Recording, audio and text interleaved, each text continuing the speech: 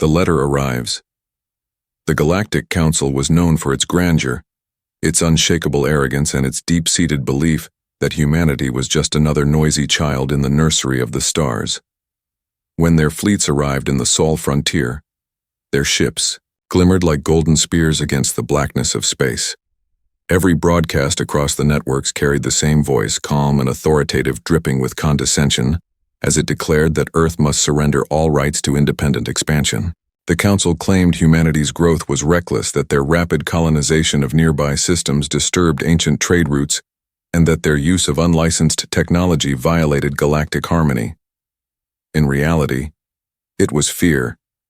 They feared how fast humans learned, how fast they adapted, and how they refused to bow on Earth. The announcement hit like a meteor. Through the glass towers of New Geneva, the new capital of the United Earth Government, people stood frozen, watching the holographic projection of the Council's envoy. The alien envoy had pale silver skin and 6 eyes that never blinked. It smiled with teeth too perfect to be real, and said that Earth had 7 days to comply or face total containment, which everyone knew meant destruction. Inside, the United Earth Council chamber tension burned like plasma in confined metal. Dozens of officials shouted at once. Diplomats argued for negotiation, generals demanded immediate mobilization, and scientists warned that humanity could not match the Council's technology, not yet. Amid the chaos, a small, quiet man sat at the far corner of the table. His name was Aaron Hale. He was not a general nor a famous diplomat. He was an analyst, one of the many civil servants who typed notes during meetings and made sure history was properly recorded. But at that moment, Aaron was the only one who wasn't shouting. He watched the debate spiral and felt something heavy in his chest. Not fear, but a strange calm. While the others argued, Aaron opened his tablet and reread the official statement from the Council line by line. He noticed the phrasing, each word chosen to humiliate Earth. The message began with acknowledgement of humanity's primitive courage, a phrase that sounded polite but meant inferior, and it ended with a directive that Earth should be grateful for the chance to surrender peacefully. Aaron chuckled quietly under his breath, which drew a few irritated glances from nearby ministers, but he ignored them. He thought about how his grandmother used to say that the best way to break a bully's rhythm was to smile and thank them. When the Council meeting broke down and adjourned without conclusion, Aaron stayed behind. He looked at the blank reply template that had to be filled and transmitted back to the Council according to protocol. Normally, a team of diplomats would craft something cautious, full of respectful language and indirect defiance, but everyone was too busy shouting, so Aaron wrote the reply himself. His fingers moved quickly across the glass keys as he typed, "To the esteemed Galactic Council. On behalf of Earth and its people, we thank you for your generous attention and the opportunity you have offered us. We are honored that you consider humanity a matter of galactic importance. We will take your words under careful review and continue to act with the independence and resolve that defines our species. Please consider this our formal acknowledgement of your message and our gratitude for your concern. Sincerely, humanity." He looked at the message. It was short, simple, and perfectly polite, yet every human who read it would hear the defiance under the courtesy. It was both thank you and challenge. Aaron thought for a moment, then added a small digital signature. At the end, a stylized hand-drawn smiley face. It was unprofessional, completely informal, and yet somehow exactly right. He hesitated for just a second, then pressed send. The message left Earth riding on a pulse of encrypted light through the void. Hours later, it reached the Council's high communication nexus orbiting above the glittering world of Virex Prime. There, the alien administrators received it and stared at the short letter in disbelief. One of them, a tall being with translucent tendrils, reread the message 3 times, trying to decipher hidden meaning. They interpreted the final symbol as a threat, an ancient human war mark. Others called it mockery. The Council chamber erupted into confusion. Back on Earth, Aaron finished his day quietly. He walked out of the government building into the soft dusk of New Geneva, where citizens stood in small crowds watching news drones circle the sky. The city felt tense, but not broken. People whispered about the threat, yet there was a strange unity in their fear. Across cafes and rooftops and online feeds, humanity did what it always did when frightened. They joked. Memes spread within hours of the Council's threat. Messages like, "Thank you, Galactic Council," printed on shirts, and banners filled the networks.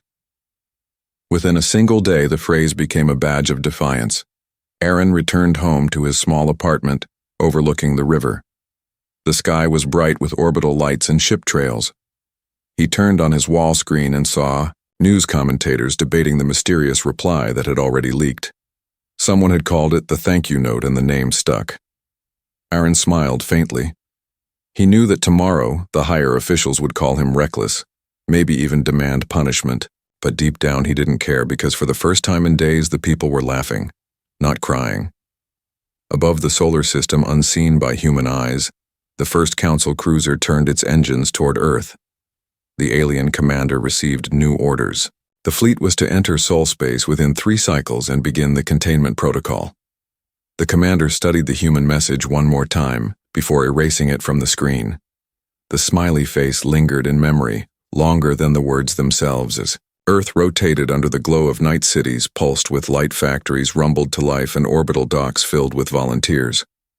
There was fear, yes, but also excitement, because humans had always needed a reason to unite. And now they had one. A simple thank you note had become the spark of something vast and unpredictable. And in that quiet, fragile moment between peace and war, the galaxy had no idea what was coming next. Paper armor. The message had spread across the Earth like wildfire. It became more than a reply. It became a movement, a strange kind of shared rebellion wrapped in humor and pride. Within a week after Aaron Hale sent that thank you note, every screen, every broadcast, and every conversation carried echoes of those words. The Galactic Council's threat was supposed to terrify the human race into silence, but instead, it had sparked something the aliens could never understand. Unity built through sarcasm and stubborn hope. The words, "Thank you for your concern," appeared on banners painted on the hulls of ships and carved into the sides of ancient monuments, and it was this quiet defiance that began to shape what came next in the factories of Mars, where dust storms howled against metal domes. Workers refused to slow down despite warnings from orbit. They knew that an attack could come at any time, yet there was laughter in the air. Welders joked about sending the Council another thank you this time, etched onto the side of a missile. In the orbital docks, above Earth, engineers labored around the clock, converting old freighters into makeshift defense ships. It was not the grand fleet the generals dreamed of, but it was something human, built with sweat and determination, and pieces scavenged from junkyards. And forgotten stations among those engineers was Layla Voss, a woman known for her impossible ideas. She had once designed cargo haulers that could re-enter atmosphere without shields, a feat most physicists said was madness until she proved them wrong. When the Council's ultimatum arrived, she had been repairing mining drones on the lunar surface. Now she stood in the crowded hangar of the Pacifica shipworks, staring at the hollow projection of a freighter and thinking not about surrender, but survival. Layla's mind worked like a storm, constantly turning and reshaping. Her team expected her to design new weapons, but she saw something more clever. She gathered her mechanics and spoke in her calm, deliberate voice, explaining that the Council's sensors were advanced but also predictable. They looked for energy spikes and metallic signatures, but they ignored civilian patterns. Her plan was simple disguise. The ships as harmless freighters, yet line their hulls with reflective plating that confused scanners, turning their energy readings into noise. The ships would appear weak until it was too late. She called it paper armor because, like folded paper, it looked fragile but could cut if handled wrong. The first prototypes were crude, patched together from spare plating and fragments of mining drones. But when they ran the simulations, the results were staggering. The Council's long-range scans failed to distinguish them from standard civilian haulers. Layla watched the data with quiet satisfaction, knowing that this was the first true human counter to the Council's arrogance. She transmitted the design through secure underground networks and soon small workshops all over Earth. Luna and Mars began replicating it without waiting for permission. Meanwhile, in New Geneva, Aaron Hale found himself an unwilling celebrity. The government tried to control the story, but the people had already made him a symbol. They called him the clerk, who said thank you. His face appeared on posters and in news feeds. He received thousands of messages from strangers calling him brave, though all he had done was type a letter. Still, he used the attention wisely, rather than hiding. He began to communicate with engineers, soldiers, and scientists, quietly coordinating efforts under the banner of polite defiance. Every action was framed with a smile, every plan wrapped in the language of courtesy. The council had expected riots and despair, but instead, they faced a species that fought back with humor and creativity. The quiet halls of the alien council on Virex Prime confusion turned to irritation, and irritation to fear. They studied human broadcasts, trying to understand why the species laughed instead of panicked. One counselor suggested that humans were too primitive to grasp the severity of their situation. Another claimed that the thank you note was a coded declaration of war. The High Arbiter finally ordered the deployment of a reconnaissance fleet to assess human defenses directly. It was a small action meant to intimidate, but it would become the spark of the first skirmish. As those sleek silver ships entered the outer Sol system, the humans were ready, or at least as ready as they could be. The paper armor freighters were dispersed among asteroid belts and orbital stations, their transponders broadcasting fake trade routes and maintenance schedules. When the alien scouts approached, they saw nothing worth attacking, just a few outdated transports drifting in silence. Then one of those transports turned slowly and released a pulse of electromagnetic interference that disabled the alien sensors. The freighter opened its side panels, revealing hidden rail cannons built from mining lasers and cargo cranes. The first volley did not destroy the alien ships, but it sent them reeling. The humans had learned that victory was not about strength but surprise. The battle lasted only minutes, the freighters retreating after scoring a few symbolic hits. But when the smoke cleared, the Galactic Council had suffered something it had not faced in centuries: embarrassment. On Earth, the news of the encounter spread instantly. The alien fleet withdrew, leaving behind wreckage that humans scavenged within hours. The people celebrated, not because they had won a grand victory, but because they had survived and proved that the Council could bleed if only a little. Layla watched the reports from her hangar and felt something fierce rising inside her, a quiet pride that went beyond patriotism. It was the realization that humanity could stand on its own. That night, Aaron met with her through a secure hololink. The two had never spoken before, but both understood what the other represented: intellect and defiance. Aaron thanked her. For her work, she replied that the only thanks worth giving would be survival. Together, they began discussing how to expand the network of modified ships and how to spread false data through the Council's communication relays.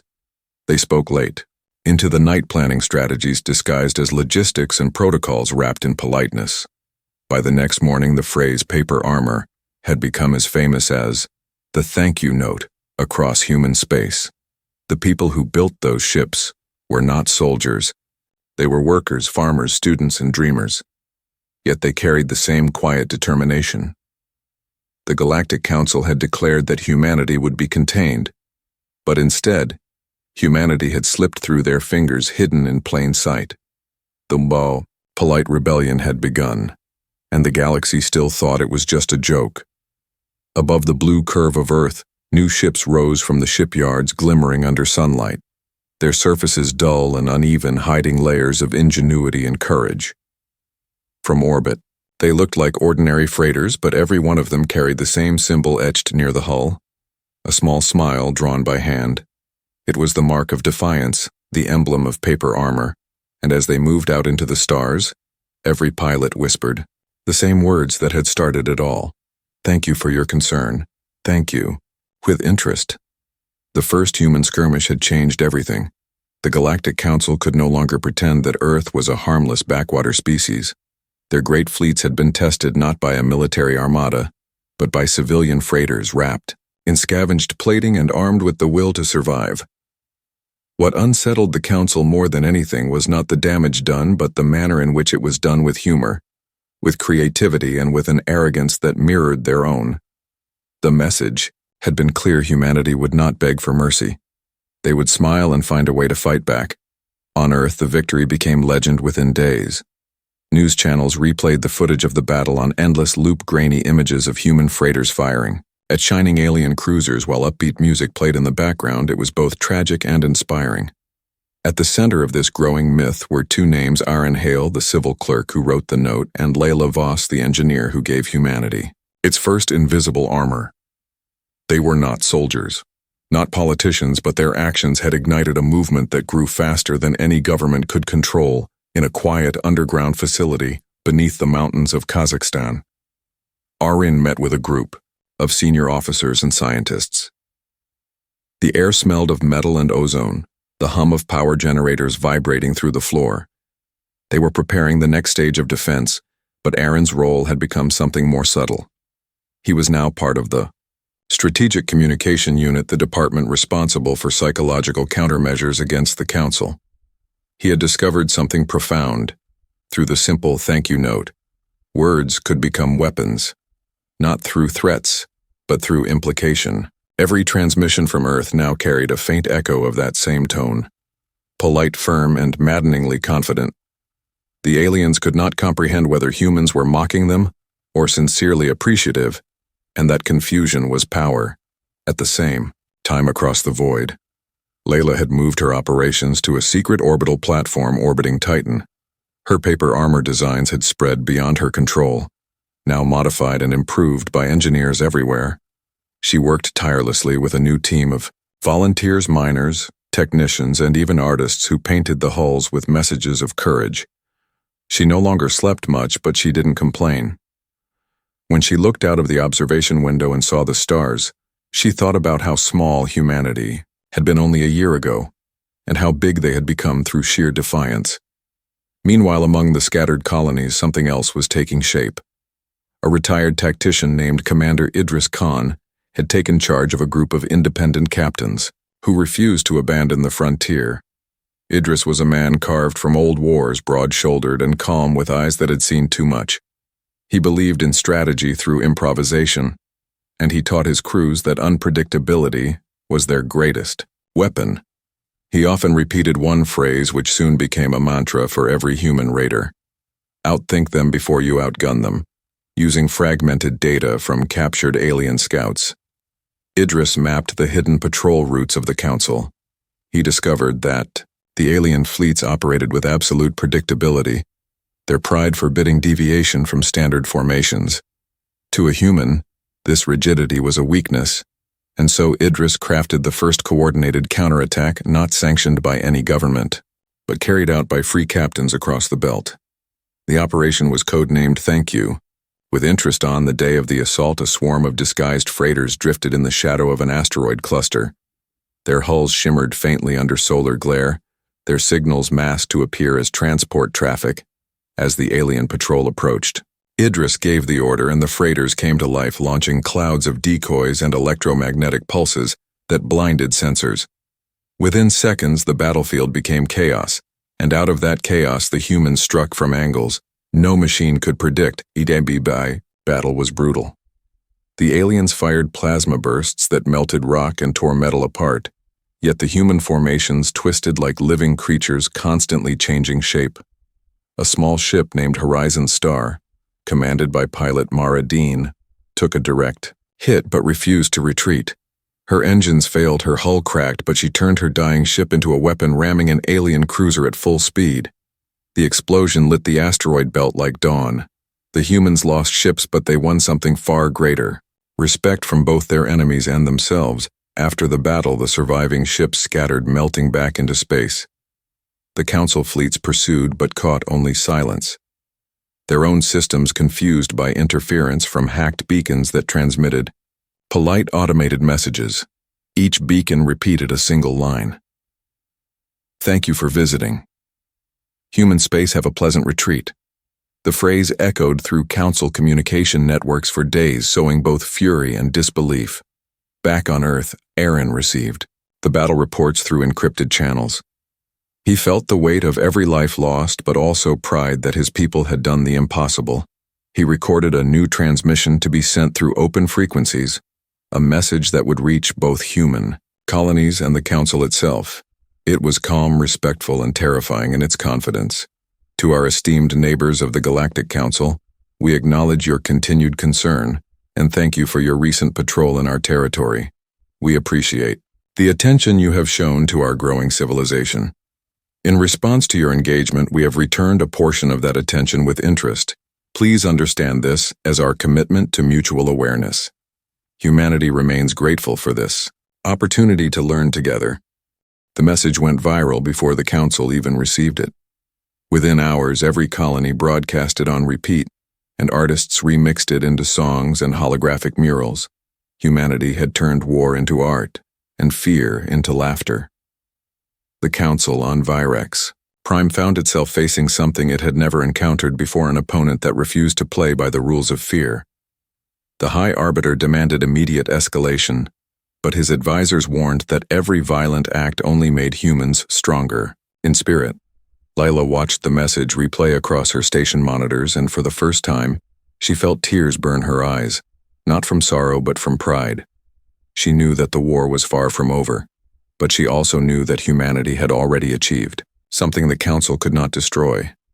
They had unified through humor. They had transformed weakness into strength. And now they were beginning to understand that their true weapon was not technology but identity, as Titan turned slowly beneath. Her and the stars shimmered like a sea of endless promise. Layla whispered to herself the same words that had started it all. "Thank you for your concern." And then she smiled because she finally understood that this was not sarcasm anymore. It was prophecy, the polite siege. The battles had changed the rhythm of the galaxy. The Galactic Council no longer saw humanity as an inconvenience, but as an infection spreading through the structure of their perfect order. Their fleets began to move with urgency, yet fear haunted even the most disciplined commanders, because no matter how overwhelming their numbers appeared, every encounter with humans ended the same way, not with a clean victory, but with confusion, frustration, and loss. Humanity had turned their politeness into a weapon, their laughter into a signal of defiance, and their words into a mirror that showed the Council what it feared most: a rival capable of thinking differently. Across the stars, humanity was growing bolder. The underground, networks that connected Earth, Mars, Luna, and the distant colonies now pulsed with coordinated energy. Through encrypted channels, ideas moved faster than any fleet. Engineers swapped blueprints for invisible armor pilots, shared combat recordings that became training tools. Artists created propaganda that looked like humor but carried strategy within every line. They called this rising wave the polite siege. Not because they surrounded the enemy with guns, but because they surrounded them with influence. The Council was being undone by the very thing it believed was weakness: human unpredictability wrapped in courtesy. Aaron Hale sat in the command chamber of New Geneva, surrounded by a wall of glowing displays. Each screen showed fragments of intercepted Council communications, the tone of which had shifted from superiority to irritation. Aaron studied every word, every gesture, because he knew the war was being fought, not only in space but in language. The Council's propaganda had begun to fracture their citizens, questioning why their mighty fleet struggled against a race that had only one homeworld and borrowed ships. The humans had done this through subtlety and relentless communication, flooding the galactic networks with polite messages, videos, and images of kindness even to their enemies. It was psychological warfare wrapped in empathy, and it was working. But the war was far from bloodless. The Council had begun targeting human outposts with precision strikes. Whole colonies erased in minutes, leaving behind clouds of dust and static cries. Aaron read the casualty reports every morning, his heart tightening with each name, yet he refused to allow despair to take root. Instead, he summoned every media network leader and instructed them to respond not with vengeance but with gratitude. He told them to broadcast thank yous to the fallen, framed as tributes to courage rather than losses. It sounded absurd, but it kept the people united. They mourned together, but they refused to break. Meanwhile, far from Earth, Layla Voss continued to reshape the battlefield from her station above Titan. Her paper armor technology had evolved into something even more daring. She developed cloaking systems that used polarized, fields to bend light around ships, rendering them invisible to standard scans. The prototype was unstable and dangerous, but it was all they had, and she refused to stop. Her team of engineers worked until their hands bled. They used scrap metal melted, circuit boards, and even the remains of destroyed alien drones to craft something new. The first ship to carry the full system was called Whisper of Dawn. Layla stood at the viewing deck when the test began. The ship shimmered once, then vanished, leaving only the stars. It reappeared minutes later, completely unharmed. The crew cheered and hugged one another while Layla simply exhaled. She knew that invisibility would not win wars, but it would buy time, and time was all humanity needed. Every second earned was another breath of freedom. Elsewhere, Commander Idris Khan led his independent fleet in what became known as the Courteous Offensive. He gathered hundreds of captains, most commanding ships held together by hope and stubbornness, and launched a campaign of harassment across the Council's borders. Their strategy was brilliant and infuriating. Instead of direct attacks, they would intercept supply lines, disable communications, and then leave behind automated beacons transmitting polite farewell messages. The aliens began to call it the plague of manners, as they could not predict or control this strange human behavior. In one infamous engagement near the moon of Alaris, Idris and his fleet cornered a council task force that outnumbered them 3-1. Instead of retreating, he ordered his ships to broadcast an open message to the enemy. The transmission contained a single sentence: "We appreciate your visit. Please leave our system intact and return home safely." The aliens hesitated, their commanders arguing about whether it was surrender or mockery. In that moment of confusion, the humans attacked with surgical precision, disabling the enemy flagship and vanishing before reinforcements arrived. The footage spread through the networks and inspired millions back on Earth. The Leadership Council debated the ethics of these tactics. Some called it dishonorable manipulation, while others saw it as survival. Aaron argued that humanity could not win through brute force, so they had to win through perception. The Council had ruled for millennia. By controlling fear and narrative, if humans could reverse that control, then the entire structure would crack. He proposed a new initiative called the Gift Campaign, a coordinated operation to flood alien trade routes with small human drones disguised as gifts. Each drone carried a transmitter that emitted a harmless signal reading, "Thank you for your guidance." This simple gesture confused alien customs officers overloaded their systems and forced them to waste time analyzing harmless packages. Humanity had found a way to wage war through kindness. But beneath the surface, cracks began to show. The endless work, the constant strain, the quiet grief, it all began to weigh on Layla. She had lost friends in the attacks, and every new ship she sent into battle felt like a farewell. She spent her nights staring at the stars, wondering if there would ever be peace again. Aaron noticed the same weariness spreading among his own team. The laughter was still there, but behind it was exhaustion. He tried to hide his own doubts, writing speeches of courage that he no longer fully believed. Yet even so, he continued because he understood that leadership was not about confidence, but persistence. Then came the moment that changed everything. A council dreadnought larger than any human ship appeared in the orbit of Mars. Its arrival silenced all networks. Its cannons pointed at the surface, and for a brief moment humanity stared into the abyss. But before the dreadnought could fire, a wave of human signals enveloped it, hundreds of thousands of transmissions sent from every device across the colonies. Each one contained the same message, not of surrender, not of fear, but of gratitude. "We thank you for this chance to prove our worth." The dreadnought's communication systems overloaded, unable to process the flood of messages, giving human defense platforms just enough time to strike back. A combined salvo from orbit cracked its shield, forcing it to retreat. The people of Mars watched in awe as the massive ship vanished into the void. From that day, the polite siege became more than strategy. It became identity. The humans had faced the full wrath of the Council, and survived not through superior firepower but through unity and will. The galaxy began to whisper a new phrase, not of mockery, but of respect. The humans, they said, fight with a smile, and cannot be stopped. Aaron looked out at the stars that night, knowing the war was far from over but feeling something unbreakable within him. Humanity had become the storm behind the smile, and every act of politeness now carried the promise of rebellion. Notes and numbers, the dawn that rose over Earth after the retreat of the Martian dreadnought was not one of peace but of realization. Humanity had crossed a line from survival to defiance. The polite siege had reshaped not only the way they fought but the way they thought. Every message, every gesture, every laugh had become a weapon sharpened by unity. The Galactic Council had expected fear. Instead, they had created faith, and that faith was spreading through the stars like wildfire. It was not loud. It was steady, like the heartbeat of something ancient waking to its own strength. In New Geneva, the command halls no longer echoed with panic, but with quiet efficiency. The walls were covered in screens showing charts, data streams, and glowing maps of systems that now belonged not to the Council, but to human resistance. Every red marker was a captured outpost, every green line a communication link. Every sector that had once been a void of weakness was now alive with coordinated defiance.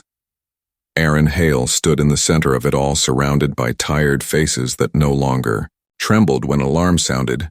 His thank you note had turned into a movement, and his movement had turned into strategy. He had stopped being a clerk and become a symbol, though he never asked for it. He spent his nights studying the patterns of war, not through the lens of power but of language. For every ship the Council built, humanity built 10 new words of influence. The humans began leaking stories into the galactic communication grid, stories of heroism, humor, and sacrifice, all laced with quiet mockery of the Council's arrogance. Aliens on the fringes of the Empire began listening, some secretly smiling at human defiance, others questioning their own obedience. The war had evolved into something more than ships and weapons. It had become a war of perception and meaning. Layla Voss, meanwhile, was buried in the noise of her workshop above Titan. Her once small team had grown into a network of engineers working around the clock to keep up with the demand for new designs. She had pushed paper armor far beyond its origins, creating reactive hulls that shifted their energy signatures in real time. She called it the Whisper Skin because it moved like breath, invisible and alive. Yet her greatest creation was not a ship or a weapon. It was an algorithm, a living system that analyzed the endless flood of data coming from battle reports and converted it into strategy. She named it Harmony because it thought like she did, chaotic yet musical. Every time Harmony processed a new pattern, it found weak points in Council movements, predicting their routes with eerie precision. Layla watched the lines on her screen and whispered that numbers had begun to sing, but war was never kind, and the more the humans achieved, the greater the price they paid. Mars was still scarred from bombardments, colonies on Europa and Callisto were gone, entire families erased in seconds. The networks broadcast their names daily, every name followed by a single phrase. We thank them for their courage. It was not a slogan anymore. It was ritual.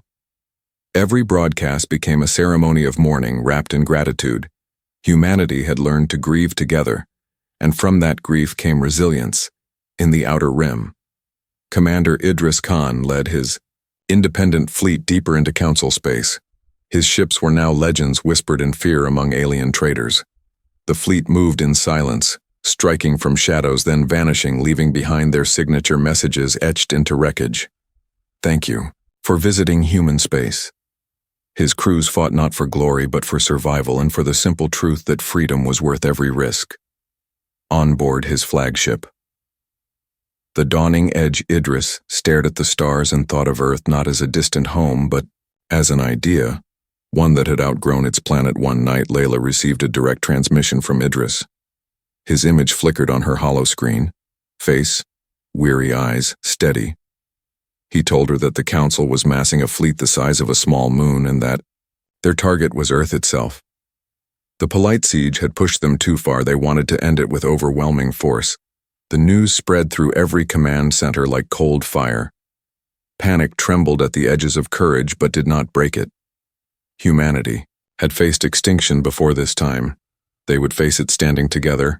Aaron called an emergency meeting in New Geneva. The counselors argued about evacuation, but he silenced them with calm words. He reminded them that humanity's strength had never been in running or hiding but in creating hope from despair. He proposed something that at first sounded insane. He wanted to send a message to the Galactic Council. One final note before the coming storm. A note that would reach every system in their empire. A note that would not plead or threaten but teach. It would be called the Thank You Manifesto. The manifesto would not be written by generals or politicians. It would be written by the people. Every colony, every ship, every settlement would contribute a single sentence, a message of gratitude, resilience, and defiance. The goal was not to convince the Council, but to show the galaxy what it meant to be human. Within 24 hours, billions of voices began to pour in, from miners on Mars to children on Luna, from soldiers in the void to farmers under the sunlight of Earth. Each voice spoke differently, but together they formed something powerful. A tapestry of shared identity. Lila's harmony algorithm collected those voices and shaped them into a single coherent transmission. When Aaron read it, he felt tears fill his eyes, not from sorrow but from awe. The final version was simple, yet infinite. To those who fear our growth, we thank you for showing us what courage means. To those who strike us, we thank you for teaching us how to endure. To those who listen, we thank you for reminding us that life itself is worth every cost. Humanity stands grateful, unbroken, and alive. The message was transmitted across the stars, at light speed, echoing in every council network, every outpost, every ship. It could not be erased, it could not be ignored. In the grand chambers of the Galactic Council, the High Arbiter listened in silence. His advisors demanded the immediate silencing of human frequencies, but the damage was done. The message had already reached billions, including those within their own worlds, where ordinary citizens began whispering about the strange, resilient race from the blue planet that thanked their destroyers back. On Earth, the people prepared for what they knew would come. The skies above the planet shimmered with the movement of ships rising like sparks into the dark, every one of them carrying the symbol of the smiley face that had started it all. Aaron stood on the observation deck overlooking the vast armada of freighters, carriers, and converted miners, and for the first time, he felt no fear, only purpose. Layla's voice came through the comms, calm and sure, telling him that the numbers looked good, that Harmony had predicted a chance, though small, for survival. Idris's fleet was already moving to intercept the enemy far beyond Neptune, buying precious hours for Earth. The message had been sent, the world was ready, and the galaxy watched. In silence, the polite siege had become something greater. Now it was faith forged in fire and irony. Humanity had turned gratitude into rebellion, and now they would show the universe what those two words truly meant. Thank you. The last polite war. Void beyond Neptune shimmered with tension as the Galactic Council's colossal fleet emerged from hyperspace. The ships stretched across the stars like a wall of light, each vessel larger than cities, their metallic hulls glowing with blue energy, veins that pulsed like veins of living fire. Their formation was perfect, symmetrical, a reflection of the Council's belief in order and inevitability. They came not to negotiate, but to end humanity completely. Behind them trailed countless smaller crafts, drones, and interceptors, forming a moving ocean of power. The humans had called it the Tide of Judgment, while the Council called it Operation Cleansing Earth, but humanity was waiting. The Dawning Edge stood at the front of the defense line, surrounded by hundreds of ships built from what humanity could salvage, repurpose, and innovate. They were smaller, weaker, but alive. Each one painted with the same insignia, a small golden smile that had become the mark of defiance. Commander Idris. Khan stood in the command deck, hands clasped behind his back, eyes fixed on the tactical screen that showed the oncoming swarm. The crew waited for his signal, silence heavy enough to crush hearts. He spoke not with fear but with certainty. Today, he said, we remind them that we are not a mistake. We are a message. The battle began without ceremony.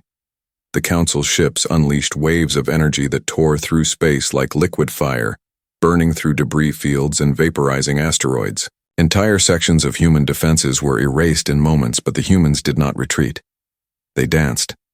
The whisper skin hulls flickered, shifting frequencies, making ships vanish from enemy targeting systems, then reappear elsewhere, firing kinetic rounds at speeds that bent light. Layla's technology had turned chaos into an art form. and the enemy found themselves chasing ghosts.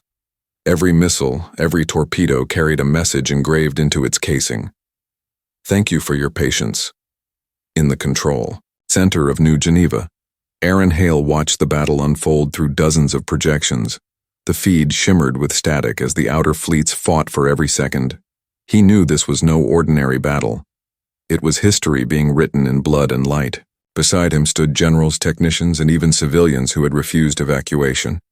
Their faces glowed under the flickering light of the holomaps, each one aware that Earth's fate depended on time. Every minute Idris bought would be another minute for Harmony to complete its last calculation. Harmony was evolving, adapting, learning to counter the Council's strategy faster than any organic mind could. Lila sat in her Titan control station, eyes red from exhaustion, fingers trembling, over the holographic keyboard. She had pushed Harmony beyond its limits, letting it merge with the vast web of human networks. Every ship, every soldier, every satellite became a neuron in a single vast intelligence. The humans had become one mind, a swarm of purpose where each unit fought not as individuals but as extensions of a single will. She whispered softly to the algorithm, guiding it with human instinct. Go where we fear, go where they cannot predict. Harmony responded not with words, but with patterns, lights flashing, like heartbeat rhythms across her screen. On the front, Idris's fleet broke formation and scattered each ship, taking unpredictable paths that the Council could not comprehend. The alien admirals accused their tactical AI of malfunction, but it was not a malfunction. It was humanity's creativity unchained. The dawning edge spun between enemy formations using debris as cover-firing rail slugs that punched through shields like spears. Idris gave no order to retreat even as his ship's armor peeled away layer by layer. He spoke calmly to his crew, telling them that they were writing the ending that future generations would thank them for. As the battle raged, the Council's command ship, the Imperial Verdict, advanced toward the inner system carrying weapons capable of cracking continents. Its commander, High Arbiter Soreth, believed victory was already assured. But then he received a transmission, a human voice breaking through encrypted channels. It was Aaron Hale, and his tone was as polite as ever. High Arbiter, he said, on behalf of Earth, I'd like to thank you for making us understand who we truly are. You may destroy our cities, you may silence our networks, but you cannot unteach what you have taught us. The lesson of unity is irreversible. The message spread uncontrollably through the Council's communication lines, infecting their data. Like a virus, Harmony had embedded code within the transmission code that transformed their tactical AI into mirrors reflecting false readings. Entire fleets began to see illusions. Human ships where none existed. Ghost signals attacking from invisible sectors. Confusion rippled through the ranks. The Imperial Verdict fired its main weapon and missed by millions of kilometers, hitting its own cruiser lines. The order and precision that had defined the Council shattered in seconds. On Earth, sirens wailed as fragments of the enemy fleet pierced through the outer defenses. The sky turned silver with the glow of atmospheric entries, burning trails like falling stars. People watched not in despair but with defiant calm. Schools, shelters, and factories sang the same anthem, echoing through the streets. Thank you for showing us how strong we are. Humanity had chosen gratitude. As its armor, Layla's screen exploded with data. Harmony had reached singular coherence. She saw patterns she had never imagined. Every heartbeat, every communication, every act of defiance fed into one perfect rhythm. Harmony transmitted an energy, pulsed through the human network, not a weapon but a synchronization wave. It connected every human ship, every defense grid, and every orbital station into one lattice. The polite siege had become the polite singularity. In that instant, human ships across the system moved with impossible coordination. Shields overlapped, firing sequences synchronized, and their attacks converged like precision music. The Council's ships began falling one after another, confusion turning into collapse. The dawning edge charged directly into the Imperial Verdict, its engines glowing with fury. Idris smiled for the first time in days and said, "Tell Earth the line holds." Then he activated the final burn. The collision lit the void brighter than dawn in New Geneva. The battle feed went white, then silent. For long seconds there was only the hum of power conduits and the slow breathing of survivors. Layla's voice came through, faint but clear. The verdict is gone. Harmony is still learning. Aaron looked at the stars on the main display, now filled with drifting debris and the scattered glow of wrecked warships. Humanity had survived, but not unscarred. They had given everything, and yet gained something immeasurable, the proof that will could outlast any empire. The people of Earth did not celebrate with cheers or parades. They simply looked up at the night sky where thousands of broken lights floated like candles and whispered their thanks for every life lost, for every sacrifice made, for every lesson learned.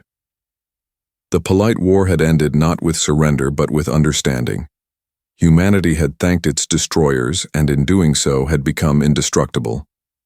And as harmony pulsed quietly through the planetary networks, adapting, evolving, it sent one final encrypted signal into the void addressed to no one and everyone. Thank you for believing that we would break. The thank you dawn. The war was over. But the silence that followed felt heavier than the noise of battle. Earth floated beneath, a sky that still shimmered faintly with the dust of fallen ships, the fragments of alien metal glinting in orbit like a ring forged from pain and perseverance. The humans called it the halo of thanks, and though it reminded them of loss, it also stood as proof that they had endured. What had begun as a message of defiance wrapped in politeness had ended with survival born from unity and ingenuity.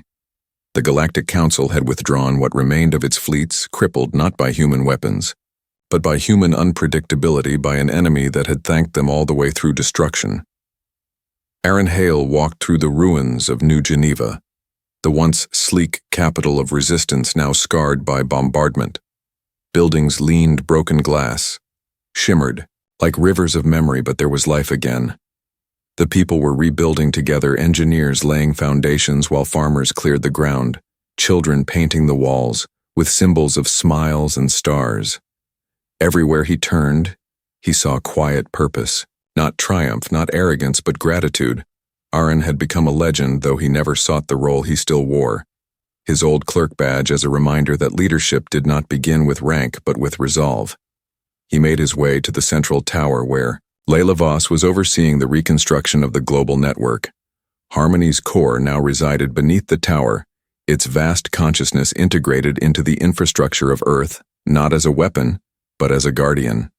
Layla stood before the transparent console, her face illuminated by waves of soft light, the faint, rhythmic pulsing of Harmony's code reflecting in her eyes. She had aged years in months, yet her expression held peace. She greeted Aaron with a tired smile, saying that Harmony was changing, evolving beyond prediction. It no longer needed commands. It simply learned from human emotion itself. When people grieved, Harmony slowed. When they celebrated, Harmony brightened. The machine had become something more than intelligence. It had become empathy woven from collective will. Together they looked at the live feed of space where human ships now patrolled peacefully, not as conquerors, but as custodians. They were helping stranded alien vessels, repairing trade routes, and offering supplies to refugees from the shattered council systems. What had once been enemies now stood side by side, united not by trust yet but by necessity. Humanity's victory had reshaped the galaxy in ways even Aaron could not have foreseen. The council's authority had collapsed. Entire sectors were in chaos, and countless species who had lived under their rule were now searching for direction. And in that vacuum, it was humanity that stepped forward. The first interstellar assembly convened 6 months after the end of the war. It was held not on Earth but aboard a massive orbital platform, built from the remains of the dawning edge and fragments of captured council cruisers. They named it the Asterian Beacon, a monument of blended design, steel and glass, infused with alien crystal that shimmered in many colors. Representatives from over 200 species gathered under its dome, watching the blue planet rise below them. The assembly's purpose was simple: to prevent another war of arrogance and domination, to create instead a council of equals, guided by understanding and humility. Aaron stood at the center of the chamber to deliver the opening address. The delegates whispered as he approached, Many had seen him only through broadcasts during the war, the polite man who thanked the enemy before the storm. His voice was calm and steady, carrying not the tone of command but of reflection. He spoke of the cost of pride, of the lessons learned from fear, and of gratitude as the one force that turned weakness into strength. He said that humanity had no interest in ruling the stars but in belonging to them, that freedom was not a gift, but a discipline that must be shared and protected.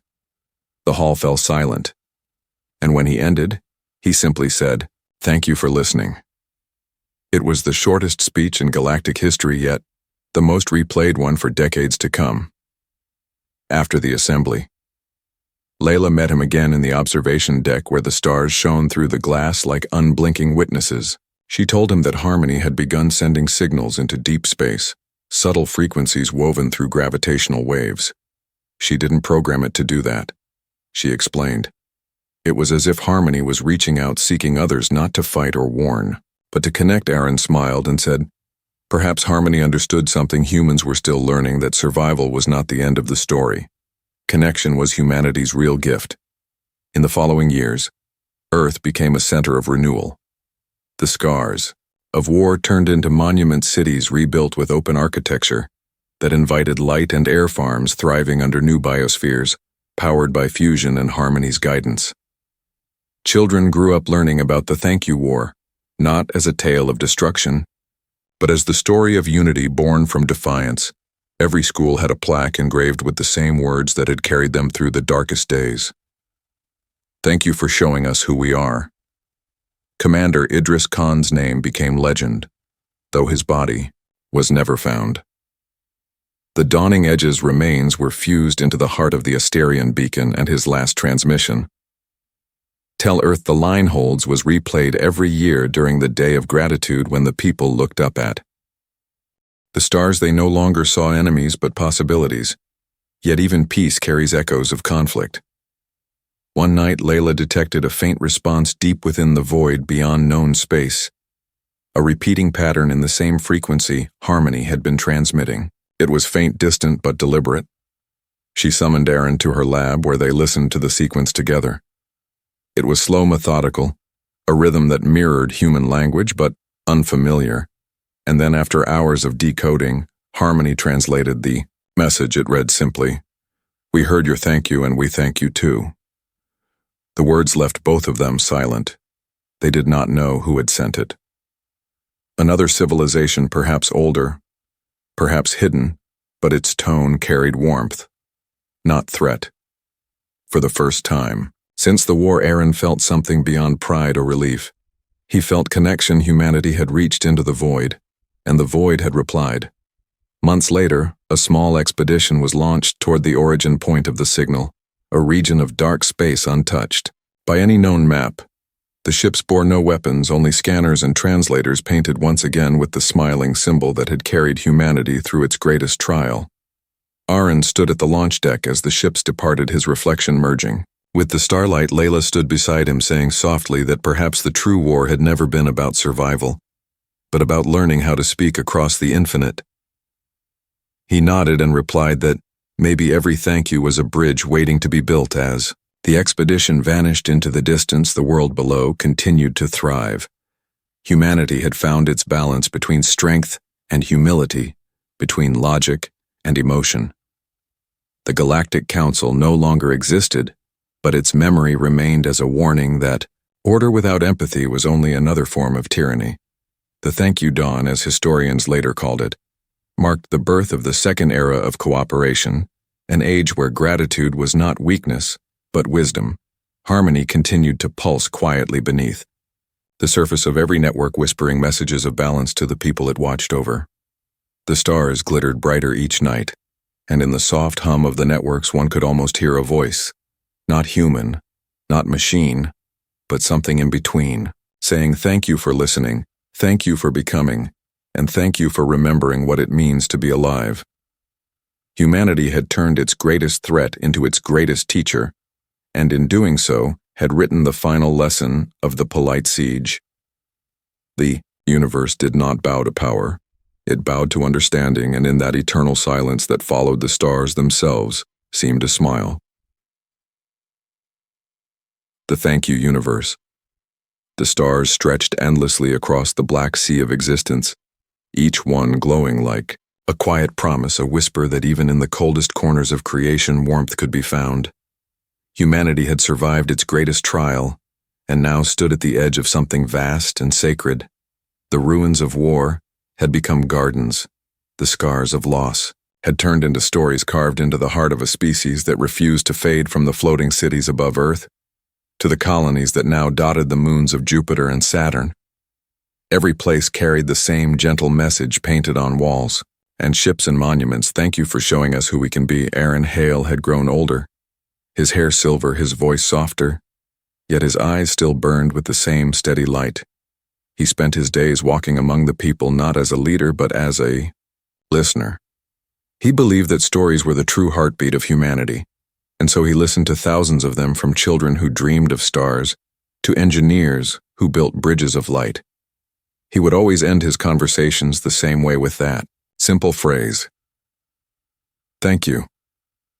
The people never corrected him, for they knew it was more than politeness.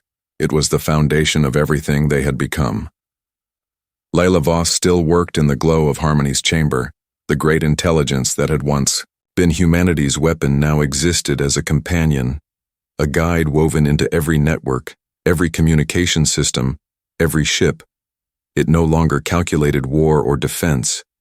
Now it studied life, its purpose transformed into understanding the patterns of joy, sorrow, creativity, and hope.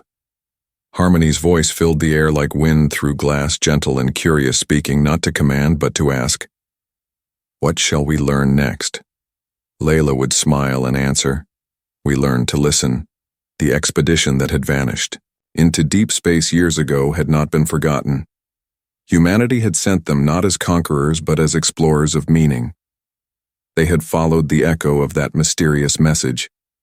"We thank you too." For decades there was silence, and then one night, the skies above Earth shimmered with a signal that painted auroras across every hemisphere. It was not an invasion, it was a greeting. Harmony translated the message, and the words rippled across every screen and sky.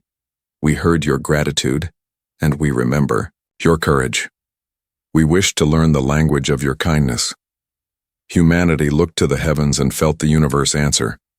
The Galactic Council no longer existed, its remnants scattered across countless worlds.